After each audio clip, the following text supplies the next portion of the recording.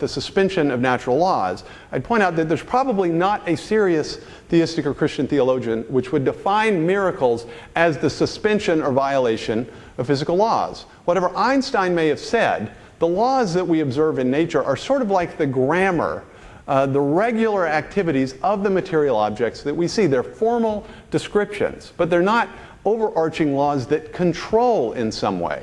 And you have to finally get back to the metaphysical question of what the fundamental reality is.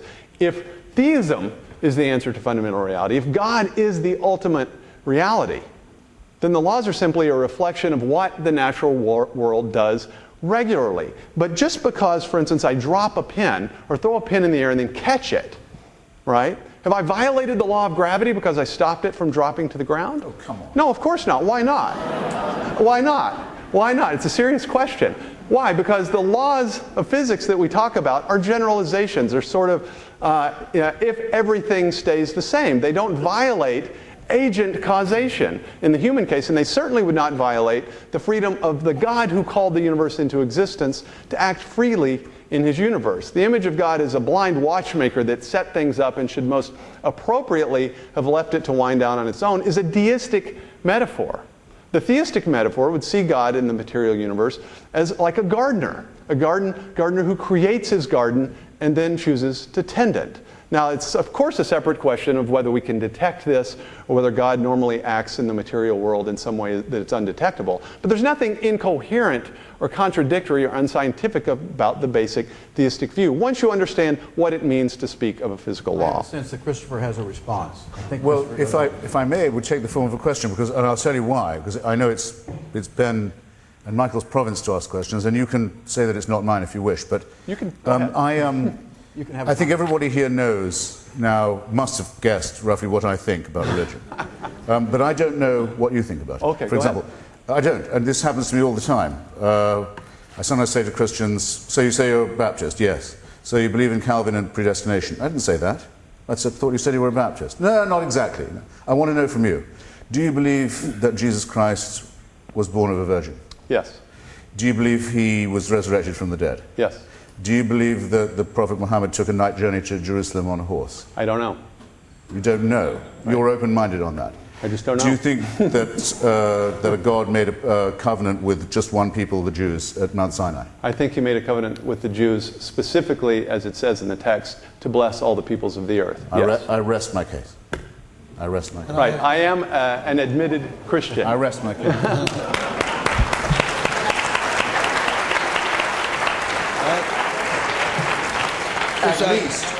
At least, ladies and gentlemen, this is much more honest than I generally get. Most people say, you ask a Catholic, do they believe in the virgin birth? They say, first they show they don't know the difference between the virgin birth and the Immaculate Conception. Second, they say you don't really have to. And so this is an honest guy who's just made it very plain to you. Science has nothing to do with his beliefs whatever. Okay, can I? Nothing at all. That's to his credit. He hasn't done that at all, but to be honest, that's okay. Chris, why are some... Christopher, please, I promised my mother. Okay. Also, it's my name.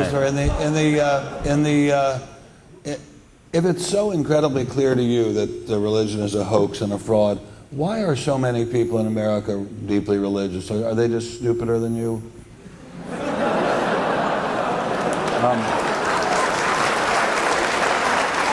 Well... Again, I'll take your question in reverse order, if I may. Yes, I think I am smarter than most people in the United States. And the polls find that most people agree with that proposition. And only stupid people answer opinion poll questions. Second, I actually have not said that religion is a hoax or a fraud. There are fraudulent elements to it, as there has always been, the sale of indulgences, the promise of the miracle cures and so forth, the offer of false consolation. But I describe it in my book, God is Not Great, available at fine bookstores everywhere. And I bring the work of great, I bring the work of great philosophers and scientists in my more recent anthology, the Portable Atheist, an anthology of writings of unbelief, to bear, to say that no, it is the oldest argument that our species takes part in. And it's the reason why I'm fascinated by it, interested in it, willing to conduct it never refused a challenge to do so. Religion was our first try at cognition. It was our first try at epistemology. It was our first try at philosophy. It was in some ways our first try at mathematics. It's what we came up with because we are pattern-seeking and ambitious and freedom-seeking mammals when we didn't know we lived on a round or spherical planet. We didn't know that we were in circulation around other heavenly bodies. We didn't know about gravity. We didn't know there were microorganisms stronger than ourselves that explained a lot. We didn't know why the heavens darkened and rained or hailed. We didn't know why there were earthquakes or floods. It was the first tremulous attempt to make sense. And in the work of Aquinas and Augustine and elsewhere, we see the first glimmerings of our attempts at philosophy. And in the Cranmer prayer book and the King James version of the Bible that happen to be my favorites, and the English hymnal, we also have the beginnings of a literature. The first time everyone who could read had all read one book and had a common discourse. So it's, for me, a very, very important and honorable, and at its best even a noble subject. But of course it is man-made and a delusion. And it is used by wicked people to exploit the credulousness of innocent people to create not an eternal life or life of freedom in another world, but a real, actual, material, secular dictatorship now claimed by people who have the arrogance to say that they themselves are acting in the name of God. And that's why it has to be opposed. So Richards, I'll let you respond to that, and then I have a question for you. Okay, my response, I want to make clear that the actual subject of the debate is the question of atheism versus theism and not the question of any specific religion. Obviously, theism manifests itself in some particular form, in Islam or Christianity or Judaism, but that is in fact a separate subject, and so I prefer to restrict my comments to the subject of the debate itself. Got that the wrong way around, I'm sorry, because that's why I mentioned all religions to you instead of just one. Right, and I do not think, and I think we probably agree on this point, that the simple prevalence of a particular religion in a society is any particular mark for its truth or falsehood. There are perhaps, a billion Buddhists in Asia, over perhaps a billion Muslims around the world, and over a billion Christians. So I don't think simply the numbers answer finally the question of the truth of one or the other. And I think that the reasons and the basis on which we decide a more philosophical question, such as atheism or theism, are separate. This has always been the case in the Christian tradition, that the natural world, as Paul says in the book of Romans, he says, from the foundation of the world, God's invisible qualities, his eternal power and divine nature, have been clearly seen from the things that have been made. That is, that the existence of a creator God is the sort of thing that you can discern if you look at the natural world around you. That doesn't mean that every question we ask as human beings, or everything, for instance, that a Christian would believe about God, is discernible from the natural world. But I do think there's enough discernible from the public evidence that is available, from the direct introspection to which we all have access, and the best knowledge we have from the natural world, to conclude that there is something like a God-seeker religion. I do not think that's the basis on which we establish the more specific claims of the religions. This must be the same St. Paul who rests everything on what he calls the evidence of things not seen. Must it not? You see, this happens all the time.